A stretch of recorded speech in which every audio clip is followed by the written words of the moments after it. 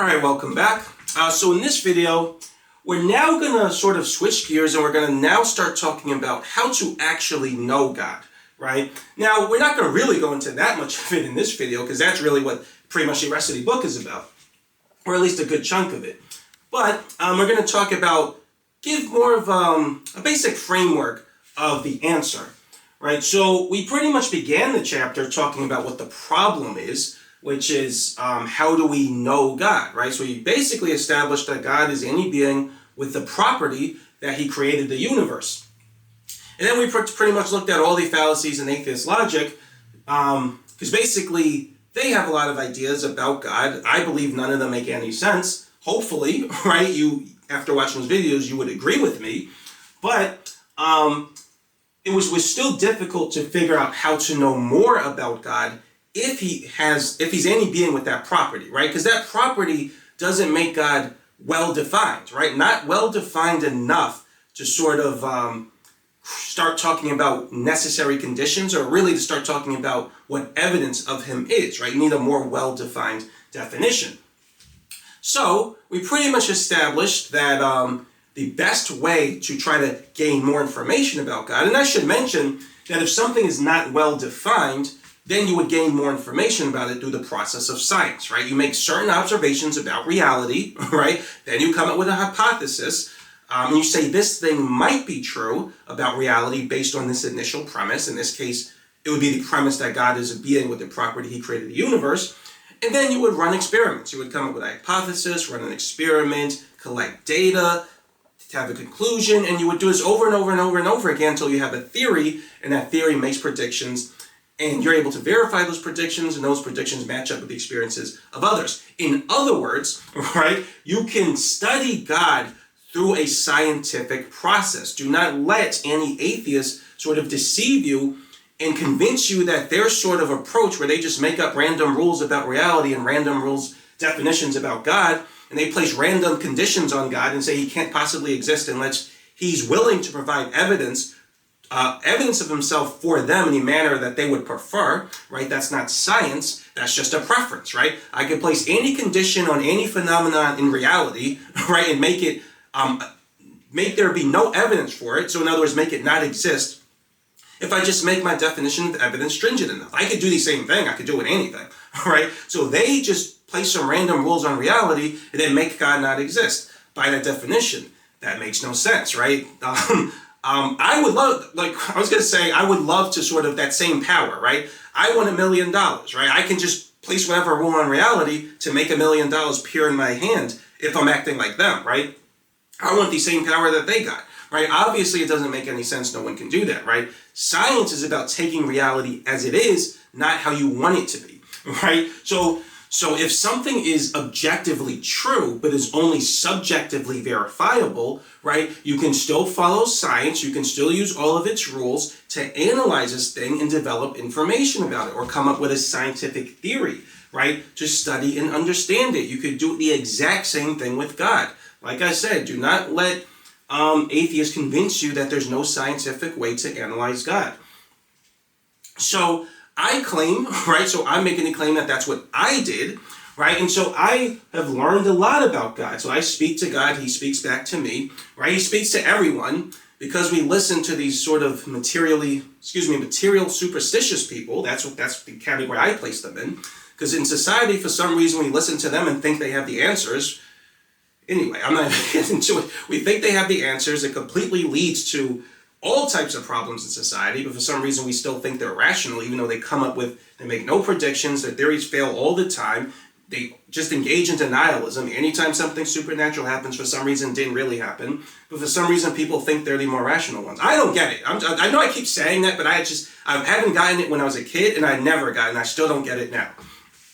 But God speaks to everyone. So he speaks to everyone. Not everyone listens to him, but he does speak to everyone. And what I learned about God, right, in my relationship with him and my relationship with Jesus Christ, is basically this point here. So I want to go over this point here and begin talking about how to really know God. Again, we're not really going to go into it that much in this video. We go into it much more detail in the later chapters.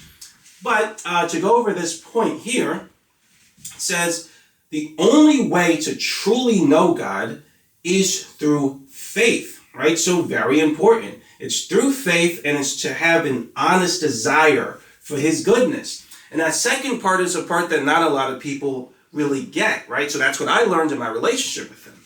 So I've learned that faith, people have no idea how important faith is in your relationship with God. Like you practically can't really have a relationship with him if you don't have faith and if you don't have a desire for his goodness. But for the moment, I'll just focus on faith, right? So faith is really important, right? Faith is basically like the thing that bridges faith, and I'll put it another way. Faith helps you to really reconnect back with God, right? It helps you to bridge that's what appears to be a kind of distance between you and him, right? So when people look around the world and around the world around them, right? And they feel like, they might believe in God, but they don't really know how to talk to him. They don't know what he wants. They don't really understand how to basically reconnect with him, right? But they feel like he's there, right? He seems distant, right? Faith is the bridge. Faith is the thing that allows you to come back to him, right? And find your way back to him. Without faith, I don't know how you can do it, right? There's virtually no way to do it. You need to have faith. So what is faith? Well, faith is basically just, if we're going to define it, right? And I've defined it again in later videos, but I'll just say it here. Faith is basically believing without seeing, right? Now, an atheist would tell you, if you believe without seeing, then, you'll believe in anything and you won't have any evidence of anything. Not true, right? As with almost everything they say, it's either a lie or it's just something that doesn't make sense. You can't necessarily call it a lie if it's not intentional deception. But I can say it is either a lie or it's just, as usual, a nonsensical statement that doesn't make any sense. No, right? First of all, right, what God does. So, okay, let me just say this. So when I was debating an atheist, right, I was talking to an atheist and I was telling them how you know God through faith, and they were trying to say that, they were trying to twist my words. It was like, you said previously that there's plenty of evidence of God, there's evidence of God all over the place, and now you're saying the only way to know God is through faith. That's a contradiction. It wouldn't be faith if you had evidence. I'm like, first of all, right, faith occurs on a scale, right? Sometimes it's annoying that I have to even say these things. Faith occurs on a scale, right? When you have evidence of a thing, right, you still accept certain aspects of whatever that evidence sort of convinces you is true. It increases your conviction that something is true. You still have to accept certain aspects of that truth on the basis of faith. Evidence and faith are not mutually exclusive. That doesn't make any sense, right? In physics, in particle physics, right, or quantum, quantum electrodynamics, I think it's called, QED, right, which is basically just the study of charged particles at a quantum level. They basically say that strong force, right, so strong force in the atom, the thing that holds protons and neutrons together, it is mediated by a particle, or it occurs as a result of a particle called a gluon. A gluon has never been perceived in nature. Never. Right? No virtual particle has. Now, a scientist might say, well, no, right? We see all these, we see the actual version of these virtual particles, right, in atom smashers or atom colliders and things like that, so we know they exist. Fine.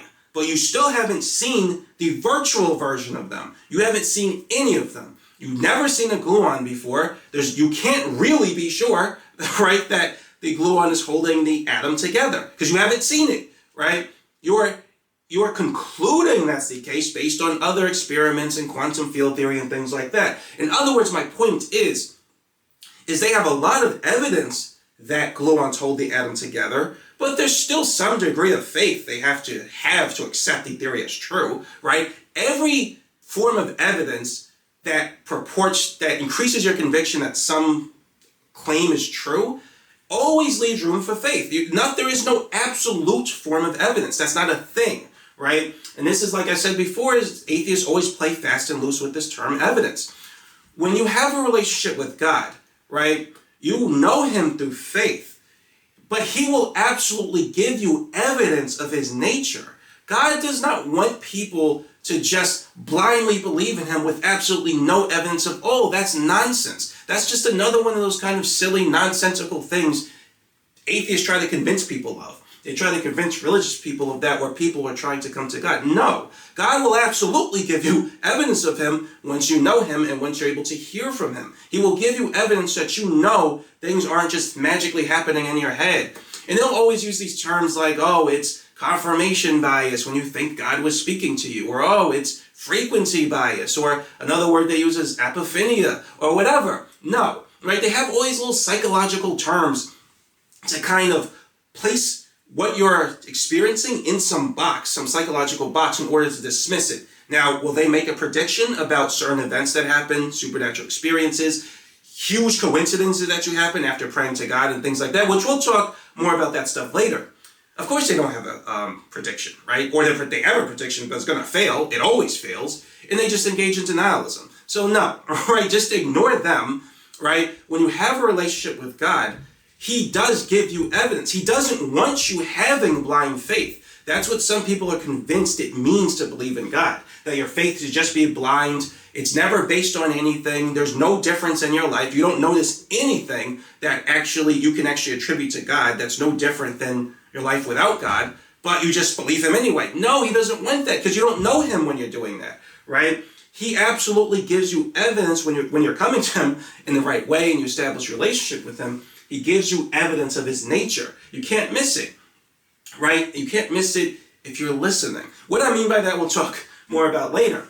But to go back to it, God, when you have faith, right, you can develop a relationship with God. You can develop a relationship with Jesus Christ, and you can know him, right? So why is faith so important? Because this is something I learned about God. Faith is so important to God, it makes it harder for us to understand God, because we're not used to acting on faith to that degree, right? But faith is everything to God. But why is it so important to him? Well, there are different reasons. It's a part of a much larger explanation. It's not just faith, there's many other things. Like I said, you also have to want the goodness of God. So it's a larger answer. But we'll talk more about that probably in chapter 9. But for the moment, I'll just give chapter 9 and 10. But for the moment, I'll just give kind of a quick answer about why faith is so important to God. Faith is important because God wants us. The reason we're all here, a good chunk of the reason we're all here and our knowledge is taken away from us and we don't really know what's going on in the spirit realm or understand that many things about God and things like that. The reason for all of it is because God wants us to choose him, right? He wants us, we're in a position where we have free will, right? God wants us to use our free will to choose him. That's virtually it, right? There's more to it, right? This is a larger, more complicated answer, but that's kind of in a nutshell kind of what's going on, right? And an atheist will say, oh, well, that's the classic free will defense, right? I've heard that before. Just because you've heard it before doesn't mean it isn't true, right? That is reality. It's said in near-death experiences over and over and over again. It was alluded to in Carrie Cohen's experience, in, what's his name? Dean Braxton. There's another girl, I forgot her name, I'll try to edit it into the video. God told her directly, right, that I'd given people the option to choose me, right? So he says in near-death experiences over and over and over again. Atheists will just call them all crazy and then go back to saying God never spoke to anybody. But no, God wants us to choose him. Now the thing about God is that God knows that our minds are way too small to understand him. We're never going to be able to make sense of God or understand his full nature. We're always going to have questions about him. There's always going to be things that we can't quite comprehend. God knows that's going to be the case. He would have made our minds bigger or expanded our minds, which is reported in near-death experiences.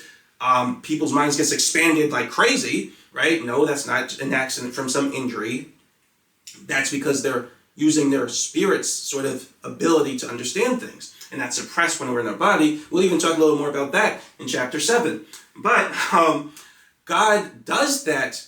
Let me just say, God knows that we're not going to be able to really understand his nature intellectually. We're not supposed to, right? We're meant to be confused about who he is in that way. What God really wants is for us to choose him with our hearts, right? That's what's supposed to be important. When our desire to have a relationship with God is so strong that it overpowers our confusion about him, that's the first step in actually choosing him. That's what he's looking for. That's the whole point. Now, an atheist, right, they refuse to sort of come to God and try to have a relationship with him and seek him, right? They absolutely need an intellectual pretext first. They need guarantees, right? They're not doing it unless they know for sure. Otherwise, they'll be afraid that they're talking to some imaginary figure that isn't there, which is one of their biggest fears when it comes to God, right? And so that's obviously the wrong answer, right? Because, and there's more to explain about it. I'm actually going to talk more about that in chapter 4 when I get to the section on self-righteousness. But when you reject God, right, in your heart, there's more to say about this. I'm going to say in the next chapter. But suffice it to say, we all have an inner knowing. So the same thing that tells, when we tell a lie, there's something inside of us that tells us that that's wrong. Now, we already talked about in chapter 7, that has to do with the absolute nature of the subconscious, but we didn't talk about in terms of our connection to God. That's what I'm going to talk about in the next chapter. But for the moment, I'll just say the same thing that tells us that lying is wrong is the same thing that tells us that having a relationship with God is right? It's a good thing. And it's also the same thing that tells us rejecting God is wrong, right? So when we refuse to seek God and have a relationship with him, when we refuse to try to find him and draw nearer to him, something in us tells us that this is wrong. We shouldn't do this. Now, it's a very subtle feeling, but it is there, right? Now, the atheist doesn't mind that negative feeling. He's okay with it, right? He'll sort of rationalize to himself that negative feeling is a part of life and we're all animals and, I'm just trying to enjoy life as much as I can. And he'll rationalize to himself, I help people and this and that, and I just want to, cause as little problems to life while enjoying myself decently and avoiding a decent amount of suffering until I die, right? So that's basically their outlook on life. So they'll pick whatever random or some random philosophy to rationalize their okayness with that negative feeling. It's no different than a person who lies for a living and tries to rationalize why lying is okay, because they're really trying to be okay with that negative feeling they feel. No, someone who actually desires God is not going to be okay with that negative feeling. Doesn't matter how much people told them, this is just life and we're all animals and this and that, right? They're going to be like, no, I don't want that negative feeling. When I focus on God, something inside me tells me this is good. And then they seek it, right? But they're still confused too, right? They're maybe not as confused as the atheists, but they're still somewhat confused. They don't understand God. They don't know if he's really there. They don't know if God's really talking back to them. Maybe it is in their head. Maybe it is apophenia or something like that, right? If they feel like he speaks to them. Maybe, who knows, right? But they can't help themselves. They don't like that feeling of rejecting God, and they like that feeling of purity, of goodness that they feel when they focus on God and try to find him. That's what it means to choose him. That's the first step. So the person who allows that negative feeling to linger just because they don't really understand God intellectually and they refuse to seek God without that intellectual pretext and those guarantees, that's the person who's basically rejecting God, right? So they're doing the wrong thing. The person who wants that positive feeling so much and just does not feel comfortable with that negative feeling, regardless of whatever other people try to convince them of, that person who says, I'm going to seek God. I don't care if it's maybe just in my head. I don't care if other people sort of say that I'm stupid or they rationalize this kind of nonsense about life having no meaning or some crap like that, right? I don't care about any of that. I'm going to still do it anyway, even if I'm wrong, because I just like that positive feeling that I feel when I seek God. That's the one that's actually choosing God with their heart, right? Now, when that person actually chooses God in that way, now they have to act on faith, because they don't really know if God is there or if God's going to speak to them and this and that. But they're just making a leap of faith based on that positive feeling. That's them choosing God. That's what God is looking for. And he does it that way because it makes the choice more honest, right? God knows that if he came down to us in blazing glory and shook the planet and shook the trees and gave us commands and things like that, that most people would follow him, right? That's not what he wants, right? At least that's not what he's looking for right now. He wants people to have complete freedom of will and choose him anyway. And what it means to choose him ultimately means to choose his goodness, because that's what he is, right? It means it's almost just being a good person. Again, I talk a little more about this in chapter 4. It's almost being a good person, but it's so much more than that, right? It's much more than that spiritually. It seems like a subtle difference at first, but it's much more. It's kind of a lot to explain here, so I don't know if I'll go to it in this video. I'll just save it for chapter 4, and then I talk about it again in chapter 10. But it's more to choosing God than just kind of being a good person and doing stuff in society. That's what the atheist does, right? He's still rejecting God, right?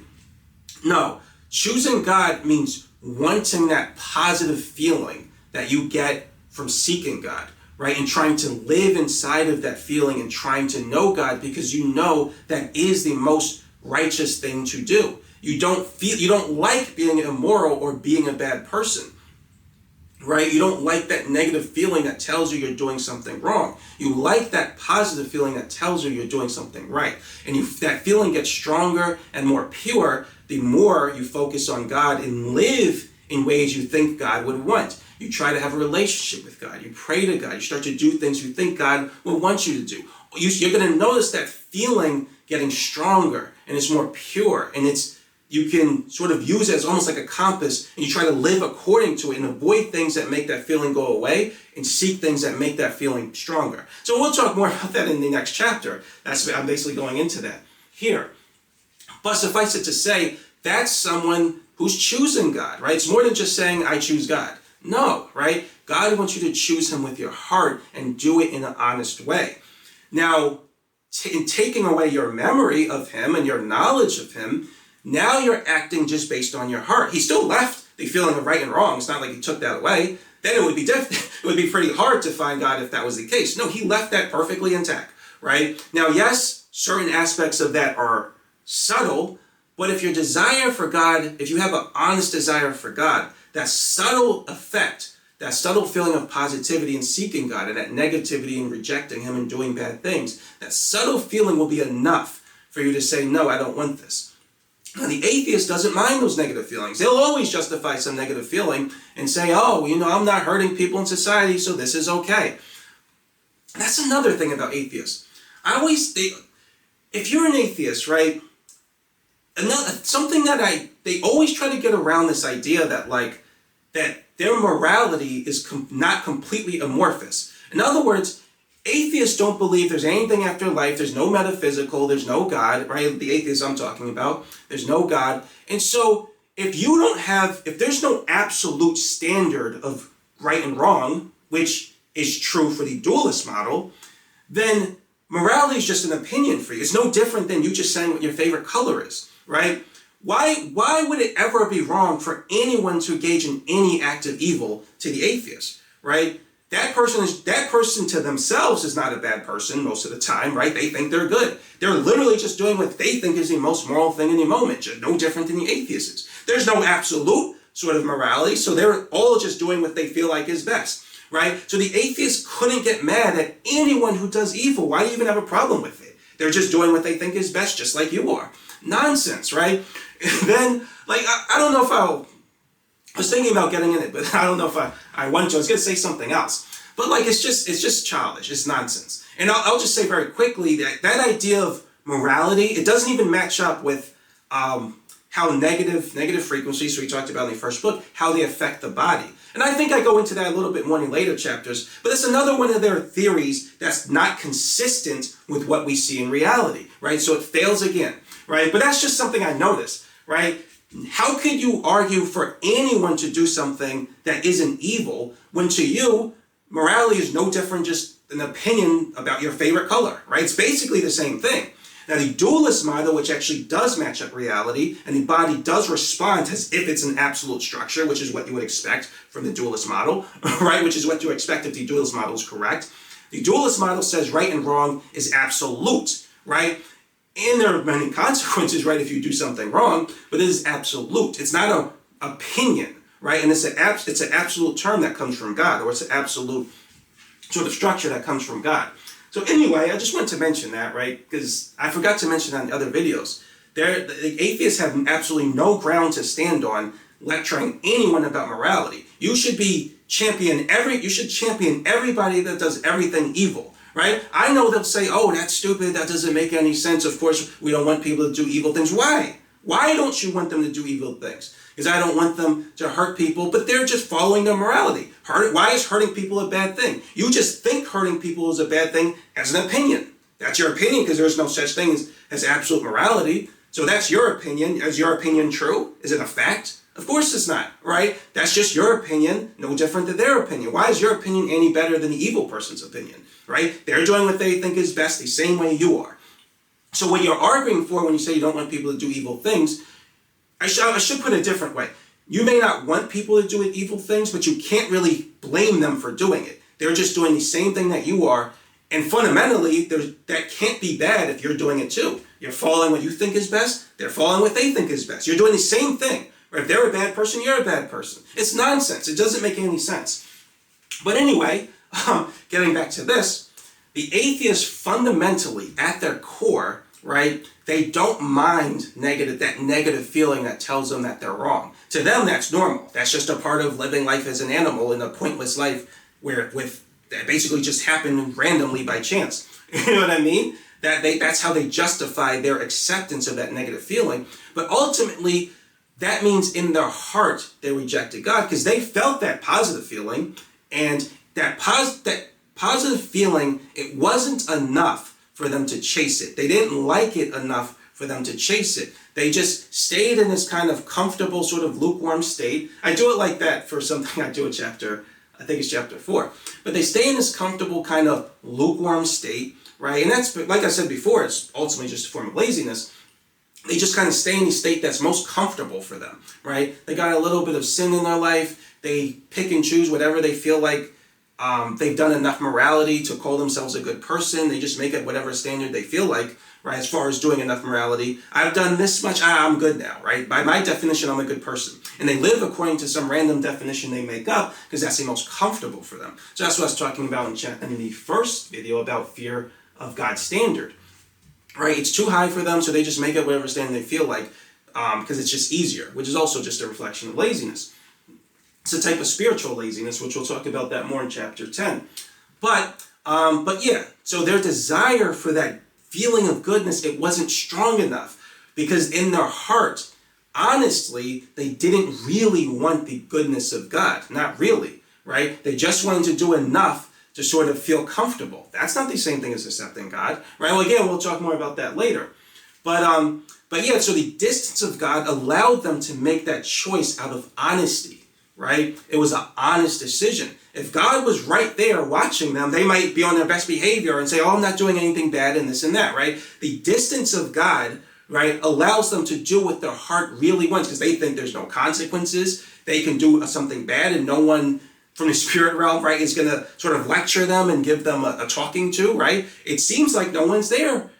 It doesn't really seem like that to me, but to them, it seems like no one's there, no one's around, nothing's going to happen, right? They're convinced intellectually that they'll just disappear after death and this and that. So under those conditions, they're much more likely to do what their heart honestly wanted to do, right? And they feel the same positive and negative feelings everyone else feels. All the religious people, all the people who actually found God, they feel the same things. Now, for the people who found God, they went to him because they wanted more of that positive feeling. That was enough to direct them. They're like, I don't like these negative feelings, right? I'm going to try to seek more and more of this positive feeling. Eventually, that just leads them to God, right? And so they act in faith when they want more of that positive feeling, and something inside of them tells them seeking God is the right thing to do, and they just keep acting on it more and more and more because that's what they want. They want to do it because they like feeling like a good person and they're righteous, right? The atheist doesn't care about that, right? So he'll make up whatever excuse to sort of be comfortable with that negative feeling, right? An atheist would say they don't mind a negative feeling. They would rationalize to themselves it's okay because in their mind they're not hurting anybody. So, in other words, I just say all that to say that's why God sort of set up reality the way he set it up. Because he wants people to choose him honestly, right? If he seems like he's away or if he seems like he's distant and there's no immediate consequences to your actions, then people are going to behave more honestly than they probably would behave if God was right there and you knew he does know everything you do, but if you felt like he was watching you and he was going to say something or do something if you do something wrong, then they're going to suddenly not do it. It's not really an honest choice. You're just doing it because you think he's going to do something in return, right? God wants you to choose him honestly. So the distance of God is ultimately so you can behave in a much more honest way, right? Now, the people who, that good feeling they get from seeking God, for the people who want more of that, even if it seems like God's away, even if you're not sure if God exists, even if you feel like maybe it's just in your head that God might be speaking to you. People who really want God, that's just not enough to keep them away from him. At some point, they're just going to say, I don't care. Even if I humiliate myself by talking to no one, right, I'm going to risk it and try to do it anyway because that's how badly I want God. That's what God is looking for. That's an honest choice. Now, of course, the atheist would say, oh, what about the people who were Christian or Muslim or whatever, and they searched for God for so long and never found him? What about those people? They tried to search for God. They tried to do it from the heart and did the right thing. I'm getting into stuff I'll talk more about in chapter 4, right? Because I address those. Actually, no, I think I'll leave it. I address those topics in chapter 4. Because I have to talk about much more. But yeah, I think what did I want to say? There was one thing I want to say. I think I already said it in chapter 4 because I recorded it already. But yeah, I'll just say it anyway. You'll probably hear that story again. But there was an atheist I was debating online, right? So he was saying how there was this guy who was I think he was a Christian, so he was actually a pastor. He was a pastor for many years, and I think he must have claimed that he spoke to God or he had experiences from God and this and that, and then eventually he became an atheist. And so the atheist that I was debating was saying, oh, see, he did this. So that's proof that it was always in his head the whole time, right? And he didn't really he convinced himself he was talking to God and this and that. So I'm like, okay, right, so let me take your approach. So now let's say there's a flat earther, right? So someone who believes the earth is flat. He saw all this evidence that the earth was round for years. He'd been told that, believed he saw evidence the earth was round, but now he's a flat earther, right? Does it now mean that retroactively everything he saw before wasn't actually evidence the earth was round? Because he's now a flat earther? That by definition means that nothing he saw before was evidence of a round earth, right? Because if it was evidence of a round earth, he wouldn't have been a flat earther by definition. Well, that doesn't make any sense, of course, right? That's not a standard you would apply to anything else that is objectively true about reality that we say we know. Of course, the atheist always has some type of special sort of condition when it comes to God, a condition they wouldn't apply to anything else, right? Obviously, that doesn't make any sense. Of course, you can have a spiritual experience with God one time and believe in it, and God can actually be speaking to you. And then at a later time, you lose faith for whatever reason, and just come to the conclusion, oh, it was all in my head. Again, there's a difference between knowing something and having the ability to doubt something. You can always doubt, right? And I was telling him, I'm like, so according to your analysis, what you're saying is if God speaks to people in certain ways, and we talk about the ways in chapter 4, but if he speaks to people in certain ways, you approach him in faith up until that first sort of real supernatural experience, which you will eventually have one once you have a relationship with him. But up until that first supernatural experience, and after that, no faith required anymore. You could just go to heaven and talk to God all the time. You could talk to him no different than you talk to other people. Faith goes out the window.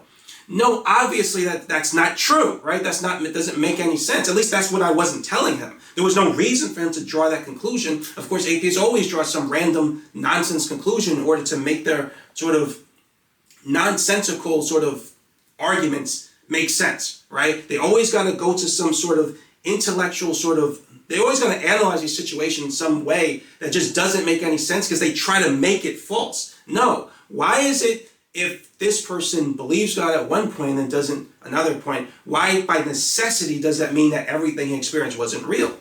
Just tell me why, and then I can at least understand where you're coming from. Why that's a necessary condition if someone loses faith. Of course it's not a necessary condition. That doesn't make any sense. It is perfectly possible. Well, I should just say, God requires us to have a relationship with God requires faith, right? And you have to have faith the whole time, right? The whole relationship. And God will give you many supernatural experiences. I've had many, right? He'll speak to you in different ways. He'll do all types of things. I mean, I was never an atheist anyway. I've never taken atheist seriously, atheist or atheism seriously at any point in my entire life. So it was never on the table to not believe in God. So that was never, I've always thought that was nonsense since I was a kid. So that's basically impossible for me. But maybe there's other people who actually take those ideas seriously who are Christians, or were Christian at one point. There is no point you're going to reach. I mean, it's God's decision, right? Maybe there are people out there who he does this with. But for most of us, there's going to be no point you can reach where you don't continue your relationship based on faith. Now, once you have a whole bunch of supernatural experiences, it's much easier to believe in him. But still, right, some people may lose their faith anyway. They may now, because if God is not doing something they want him to do, again, just placing some random condition on him, if he's not doing stuff they want him to do later in their relationship, or if they just feel like he's not speaking to them or this and that, which never happened to me, he always, anyway, if they feel like he's not speaking to them or this and that, then maybe they might lose faith, right? And they might say, well, if he's not speaking to me now, maybe those experiences before weren't really happening or this and that. They could rationalize that, right? So that's part of having a relationship with God. He wants you to have faith. There is no point that you can reach where now you don't need faith anymore. No, right? You always have faith. And there will be dry spells where it does feel like God isn't talking to you, right? Or he isn't giving you sort of experiences. And then out of nowhere, you'll just start getting many of them again. That happens to me all the time, right? That's just how God is, right? God doesn't want you to, once you get a certain amount of experiences with him, he doesn't want you to start needing them for a relationship with him or needing them to follow him, because now you're going away from the faith. Faith, like I said, faith is very important to God, right? You need faith to have a relationship with him and to maintain it. It doesn't matter how many supernatural experiences he's given you, or how much he speaks to you, or how much he's spoken to you in the past, or this and that, right? To maintain and continue your relationship with him, you will have faith, which means you'll believe without seeing, right? And, you know, if you ask, we talk more about that stuff in chapter 4. But yeah, so basically, that's basically what it means to choose God, right? That's what he's looking for in the grand sort of design of reality. He's given you an honest choice to choose him, and you choose him when you're seeking him. You do it from a place of faith, right? And when you start to seek God and you're not sure if he exists and this and that, right? Usually he'll give you some sort of kind of grand experience when you're like, oh, I think God spoke to me. That's usually how it starts, right? And what that does is it gives you a reason to believe, right? And when you keep seeking him and keep focusing on him and keep trying to have a relationship with him or Jesus Christ, there are going to be subtle things you now pick up on more and more and more and more. And I should mention, which I forgot to say, that God is actually always calling out to people. That's another thing that he does. He's always calling out to people and trying to get their attention, right? Because all of life is basically just set up for you to choose him. That's really all that's going on here, right? The distance, the seeming absence of God, or atheists will call it the hiddenness of God, the seeming hiddenness of God, where it seems like he's not really here or around, the whole purpose of that is for you, because it gives you the sort of, makes you feel like you're free to now behave in a way you want to, right? You're free to kind of do what you want because you think he's not there or there's no consequence. That's really all that's set up for, right? And so when people are doing that, right, they're very focused on life. They're focused on the sort of zoo of life, right? There's a lot of things that take up their mind's attention. And what God is constantly trying to do is get your attention in little subtle ways, right? It's like a quiet sound in a loud room, right? If you're so focused on life and you're just completely immersed in what's going on, it's going to be hard to hear that quiet sound, right? You might not even know it's there.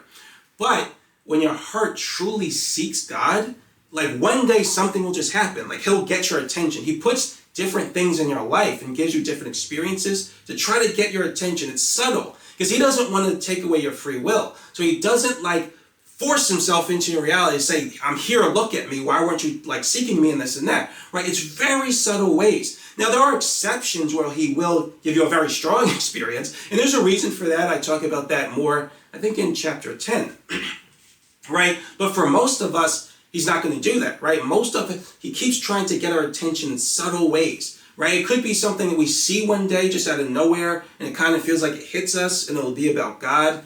And we might feel something in our heart like, maybe I should try to have a relationship with God. And then when we move away from it, like, and go back to our life, then we didn't listen, right? Excuse me, but often that's him trying to reach out to us. So, people who actually want to have a relationship with God, when that happens enough times, sometimes God's going to get their attention and then they're going to focus on, whatever he was using. And then when they feel that feeling like, I want to seek God, or I probably should have a relationship with God. And then they do it, boom, that's what God's looking for. So he successfully got your attention. And when you stop focusing on the world so much and focus more on seeking God, and you just keep seeking him, you keep trying to learn more about him, and you do things you think he would like, and you pray to him, and you constantly put your attention on God, there are going to eventually be things you pick up on. You're going to start to pick up on how God's speaking. You're going to start to notice certain things in your life. And you're going to start to notice all the subtle ways that God speaks to you. This is more, we're going to talk more about that in chapter 4. But you're going to start to pick up on it just by virtue of you constantly focusing on it. It's like you're trying to now listen for that quiet sound in a loud room, and now you're starting to look for the quiet sound, right? It actually finally got your attention, and now you're seeking it, and you're kind of ignoring the things in a loud room now. That's what God is looking for. That's what he wants. And in fact, just to say, I remember, so I watch Young Turks, right? Which is a online political show. And there's this girl named Anna Kasparian, right? So she's an atheist. I think she's a soft atheist, but she's an atheist. And so she was saying how, she was saying how one day she had a spiritual experience, right? She had a spiritual experience and she felt like this feeling, right? This presence that she didn't know what it was, but it was very strong, and she knew it wasn't just her emotions, right? Sometimes atheists have to at least finally just admit, like, I don't think this is coming from my brain, right? Because it isn't, right? But she felt this presence. I think she mentioned it was felt like a good, positive, or almost holy presence, and it was just there, and then it just went away. And that's not normally what her emotions do. And she knew she couldn't rationalize it by, that was a hallucination or some anomaly happened in my brain or something, right?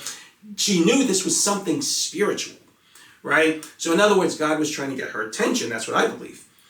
And she was talking about that one day on this show, and that was an example of God getting her attention. And this is what God does. God will give you a reason to doubt, right? So especially if you're an atheist.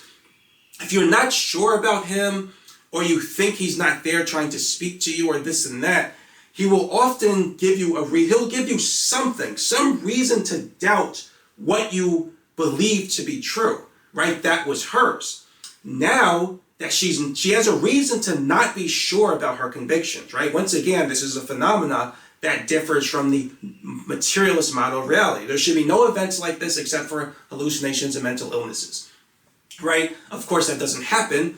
Lots of people talk about experiences like that, where they have dreams or just feelings and things like that they know weren't normal emotions. Something's different about this, and I'm not mentally ill or sick. Of course, the atheists will just dismiss it as they are, right?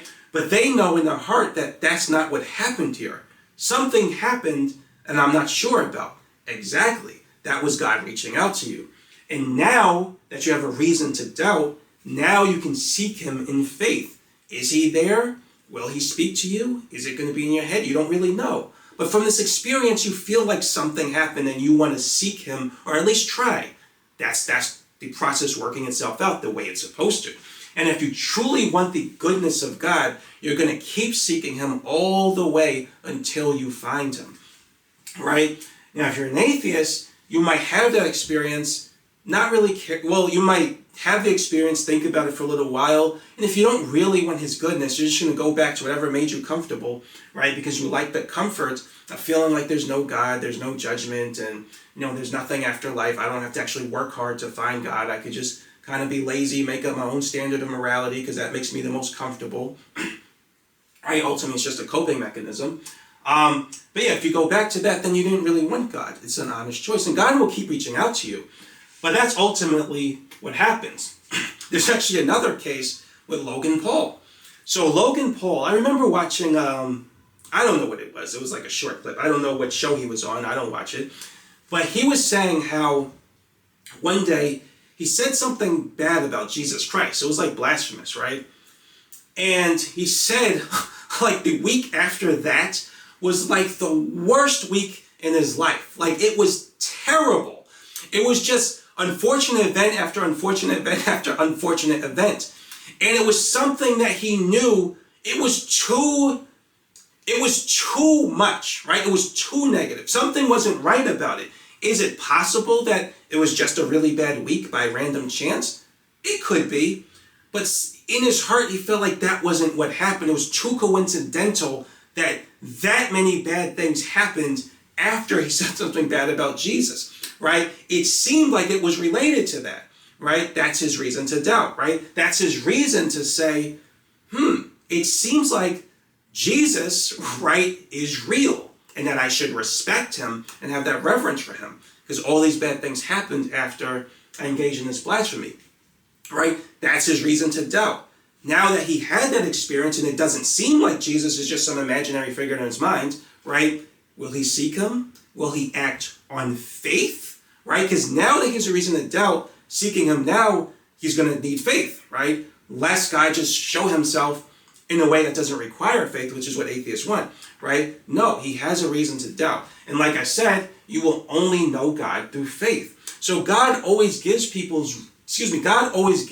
reasons to doubt their convictions when they're not following him, right? But once they get that reason to doubt, now for the process to work itself out, you have to come to him through faith. You will only know him through faith, right? And once you seek him in that faith and you seek his goodness, you're eventually going to find him. Like the process always works itself out the way it's supposed to when you seek him through faith and you want his goodness. Now the want his goodness part, again, a lot of people don't really know that part, but that is important too. You have to actually want to be a good person, right? There are many people who seek God, but they don't really care that much about being a good person. It's not that important to them. They sin here and there or do things they think are wrong, but they rationalize themselves, I'm not hurting anybody, so it's okay. And in their heart, they didn't really want his goodness, right? When you seek him because of that positive feeling you feel, that's wanting his goodness. That's a part of the process too, right? When an atheist rationalizes himself that all these things he does that feel wrong are okay because according to him it's not hurting anyone, he's rejecting that good feeling. That's God too, right? God is not just this random thing. He's not confined to this random thing you just decided to define in your mind. That's what atheists think. No, God is also that good feeling. All the negative feelings you have only exist really to give you the option, to give you the chance to choose him. If there were only good feelings, you wouldn't be able to choose him because you would already be part of him, right? One with him. You wouldn't have any other choice but to choose him, right? But to be with him. But negative feelings give you the chance to choose. That's why they're there, right? And so if you're choosing negative feelings and rationalizing your mind, whatever, then that's the same thing as rejecting them, because you rejected the positive feelings. So I'm trying to think if there's anything else I wanted to cover. That's pretty much it. So the solution to knowing God is to know him through faith. Everything he does is through faith. That's basically the language he speaks. And I'll talk more about that in later chapters. It is a language, right? You have to get used to it. Once you get used to speaking it, then it's pretty easy. But you still have to maintain the faith for the rest of your life. Mostly it's just a formality once you get used to it. But you maintain that faith throughout your life, and you maintain trying to live within that feeling of goodness that you feel when you focus on God, right? So I'll talk more about all that stuff throughout the later chapters. But that's what it means to seek God and to find Him and to know Him. And when you do that, you're going to pick up on so many things. A lot of the things I'm going to talk about in later chapters. And you're going to realize what it means to have a relationship with Him. You're going to realize it's not just in your head. That's just this idea that you're just acting on blind faith. Again, it's just some nonsense atheists made up, right? You're going to realize that you have events that you know you can attribute to God. It's going to be very easy for you to know when God stops speaking to you, because it's not just in your head. You're going to know right away if for some reason He weren't speaking to you. So you're going to pick up on that, and when you're able to do that, you're going to recognize, on the level of intuition, you're now going to kind of understand, right? Other people, you're going to see the way they speak. You're going to kind of tell if they actually have a relationship with God or if they're just saying it, right? Actually, yes, that is another topic I want to cover. Because an atheist might say, oh, well, how do we really know these people, are speaking to God and this and that, right? It could just be in their head and they could be imagining it and this and that. And the answer to that is yes, some people will do that, right? And some people won't. That's just the way it is, right? And the atheist might say, oh, well, then how can we really know who's doing anything? You won't be able to, right? You can't. That's the point. It is a subjectively verifiable phenomenon. There's just no way to be sure. Really, whether someone's actually talking to God or not. It is a sort of experience that you can only truly verify or recognize for yourself, right? And that's exactly how God wants it. God doesn't want someone who has discovered Him and does understand how to speak to Him. He doesn't want it to be that they can just they can sort of plant their information, their experience into someone else so now they know to choose God. No. God wants them to go to the same work that person who speaks to Him went through, and they have to go through the work and go through the faith to know Him. That's exactly how God wants it.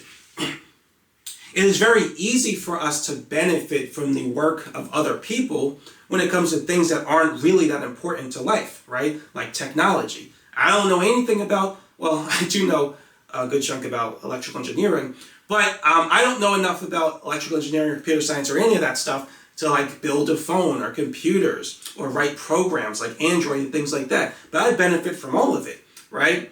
God allows that. He created reality in such a way where that's allowed, because that's not really that important to the purpose of life. The part that's important to life is the part that can't be circumvented by other people, right? Everybody has a full chance to do it themselves, right? But they have to do it themselves. I can't do all of the work for you and just tell you how to have a relationship with God. Well, let me put it this way. God allows people to give testimony. In fact, He requires us to. People have a strong relationship with Him. We're supposed to give testimony and try to teach others how to have a relationship with Him. But that person still has to go through the work. They still have to, right? They can't pay someone else to do it. They can't sort of engage in some type of trade and then they have this much of a relationship with God. No, they have to go through the work from scratch on their own, right? And God made it that way because that is part of the purpose of life. Only to an atheist would it make sense if you have a purpose to life, it would make sense for someone else to be able to take that purpose away. So why did God even put you here if someone else could just take the purpose away, or if He could take the purpose away from a lot of people? To an atheist, it makes perfect sense for God to design reality like that. For anyone else, it obviously doesn't make sense, right? That's why I can't give my experience of God to you, right? But ultimately, we know God on the basis of faith. Sure, some people will speak to God thinking they're speaking to Him, but they're really not. And then there will be others who actually are. There's no way to know for sure, but I'm going to talk about how to do it in later chapters, but the more you're actually speaking to God, the more you're going to reflect certain characteristics, certain behaviors. You're going to think a certain way. If someone knows the right questions to ask you, you're going to see among those people, they're going to keep saying the same things over and over and over and over again. In other words, you're going to have semi-empirical data, right? And then once you understand the parameters of essentially the answers that people give who actually speak to God, you're going to notice that those just continuously are the same. and people who probably aren't speaking to God, you're going to notice their answers just change and go all over the place. There's no trend to them, right? And so you're going to kind of recognize like, oh, these people speak to God and these people don't. But ultimately, there's no way to be sure in an objectively verifiable way, right? So that's what atheists want, often just out of laziness, in my opinion. But yeah, I think that's it, right? So that's pretty much everything I want to cover. Oh, one other thing I want to mention is, I meant to say this last video, but there are many atheists, right, who have found God. Because like I said before with that example, so this guy was talking about this Christian pastor who claimed to have experiences with God and then eventually became an atheist and believed that none of his experiences were of God. And I was telling him, I think this might have been another case, but I think I told him something similar, right? Well, what about the people who, including atheists, because some of them were atheists at first, people who had experience with God, claimed to find him and then just stuck with him. And they still say, oh, God speaks to me and this and that. Notice how in his analysis that doesn't count. And there's another story like that, which I think I mentioned in these videos, but I mentioned in later videos too, right? But suffice it, because there's a whole bunch of debates I had with atheists, and they're all online. They're all still in my account history. I can pull up all of them. But I just say that to say that it's funny to me because in many experiences, right, an atheist will have an experience where they say, oh, God is real, right? Like Eben Alexander, he was a neuroscientist, right? A neurosurgeon, actually. I believe a neurosurgeon. And so he knows kind of what to expect or what, he understands mental illnesses, and he understands sort of one's cognitive abilities, what they should be and what cognitive abilities a person should have relative to certain types of damage to the brain, right? So when he had a near-death experience, I think it was due to meningitis, he had a huge amount of brain damage. And he said, because he was an atheist, right? And he said when he had this experience, it was so clear, right? And it was so, the sensory intensity of the experience, like I said before, was so high. And it was so organized, much more than what we have awake here. He said it was impossible for this to just be some random experience or some hallucination from the brain, which is what the materially superstitious people told him, right? He sort of was hoodwinked by that nonsense belief. So when he had that experience, he's like, there's no way. I know for sure, based on my experience, that this definitely wasn't just some hallucination in the brain. Of course it wasn't. That was always nonsense, right? But when he had the experience, he's like, oh, now I don't want to say it's about him, but this is what atheists say, because he was actually a cool guy. He wasn't like, I don't think he was like a hard atheist.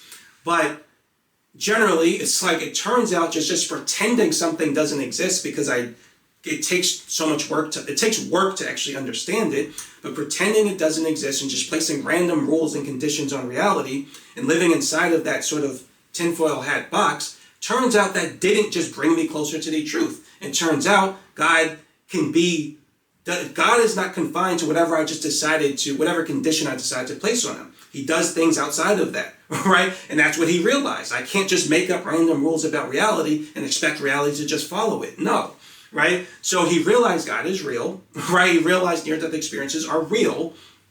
Even if not all of them are actually supernatural, many of them are. His definitely was. Same thing with Howard Storm. Howard Storm, I think is his name.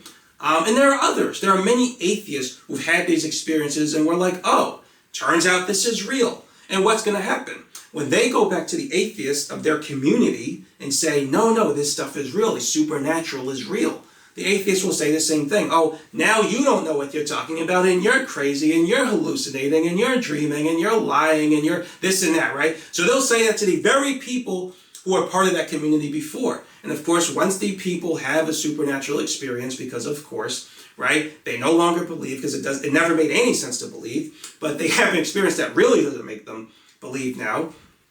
The atheists will say that they were smart when they were doubting, even though they had no explanation for this stuff. They were still smart at that point, and now they're not so smart when they actually had the experience, because now they didn't realize that they were just hallucinating. You didn't even have the experience. How do you know they're hallucinating? Well, they're an atheist. They can place whatever condition they feel like on reality, and reality has to fit whatever they said. That's their power, right? Which is why I call it stars and stripes fallacy. But I just want to mention that because that's another thing that happens with atheists. But yeah, so that's pretty much it. That's my case for God, right? So this whole chapter is my case for God. And so I wanted people to kind of have this kind of intellectual framework. Excuse me, I'm kind of losing my voice. But I wanted people to have this intellectual framework for knowing God, so that when they hear these kind of silly nonsense ideas from atheists, they do what I've always done. And I've done that way before I had any of these ideas, way before I came to God about 10 years ago. So when I first started having what I would consider supernatural experiences, way before I knew about the subconscious. You're going to see, the subconscious responds uniquely to God, right? You're going to see that in the next chapter. Way before I had any of that, I always felt that atheism was complete nonsense, right? Never took it seriously for more than a second, right? That makes it sound like I took it seriously for 1 second. I didn't, right? So I never took it seriously for a second at all, right? I've always put them in the same box as flat earthers. Always did, no matter how much flowery language of logic and rationality. I didn't care about any of that. I feel like I saw through all of it and said, no, nothing you're saying makes sense. You're illegitimate to me. But like I said, other people do for some reason. I've never understood that. I felt like I was just born with that feeling about this idea of atheist when I first learned it. I don't know. I've just always had that. And so, because other people don't see them that way, I just want people to kind of have this intellectual framework. Even if you don't necessarily agree with what I said, even if you kind of can poke your own holes in my arguments, no problem, right? I'm not perfect. I don't understand everything about God. I'm sure this intellectual analysis has holes or flaws or whatever. But I do believe it's strong enough for you to have a foundation where now you can more strongly question and criticize atheist arguments and say they're definitely not as logical maybe as you once believed they were, right? And so that's what I wanted for this chapter. Now, I feel that once you learn these stuff in the later chapters, you're gonna have much more of a foundation for actually knowing God and how to have a relationship with Him and this and that. But just the intellectual foundation, I want to establish this chapter. And one last thing I want to say is there was this girl at my job, right? So she's actually, I like her. She's very spiritual, right? And that's what I like. She's a very spiritual girl. And she was telling me how, she wants to know more about God and wants to have a relationship with Him. But she doesn't talk about it much because she thinks people might call her stupid or this and that. And I'm like, see? Exactly. That's exactly why I kind of want to make these videos. Because for some reason, we live in a society of people who practice, like I said, I call material superstition. And somehow these are the people who have somehow convinced people that what they're doing is rational and it's scientific, right? And they have the nerve to call someone else stupid for believing in God, which is the far more rational, far more scientific thing to do, and it's natural, right? The same urge that makes you want to do something good, like help a person or tell the truth, right? That same urge is what calls you to find God. So it is a natural thing. We'll talk more about that in the next chapter. It is a natural thing, right, to look for God and find Him. That's part of the natural order. It is unnatural to reject Him. That's why it leads to so many problems, right? But for some reason, our society has had this kind of culture of placing these people who make no sense at all, right, slightly above or above the more logical position. I've never understood that. Never, right? And then there are many scientists who believe in God and say that atheists make no sense. There are many doctors and scientists and physicists too, because it doesn't make sense. And of course, there are physicists who believe in atheism. But I believe, look at any one of their arguments. Don't take my word for it.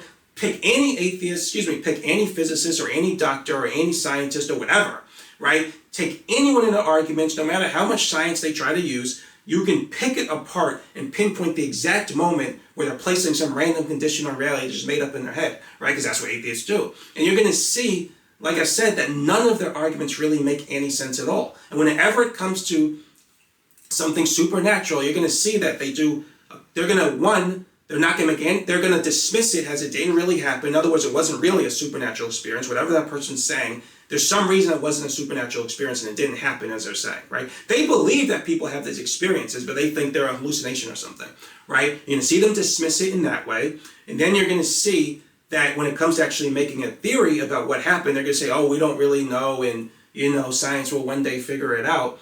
And so in other words, they're just going to dismiss it without any real explanation. And then they're going to say, if it were real, we'd see this and that. And then so ultimately they're going to place some random condition on reality they just made up in their head, right? Which is just an opinion about evidence. It's not science, right? It's not a scientific analysis of evidence, right? It's just their opinion on how they would like reality to give them evidence. And if it doesn't, they would say this thing can't exist, which is nonsense. So like I said, doesn't matter what discipline of science they're in, when you're going to see if they're atheists, they're going to do that, right? Because they kind of have to do that to be an atheist, because it doesn't make any sense to. So yeah, like I said, that's pretty much it. That's the end of it. In the next chapter, so I'll go back, you'll probably see me go back to the old room. Not a big difference, but you're going to see me go back to the old recording room. So I already recorded those videos. Most of it, what I say in the later chapters, should line up with these videos because I re-recorded them. And in so many things I say in later videos, I make references to these chapters, which will be the old recordings at this point. But most of it should still be coherent or should match up. But thanks for watching, and I'll see you next video.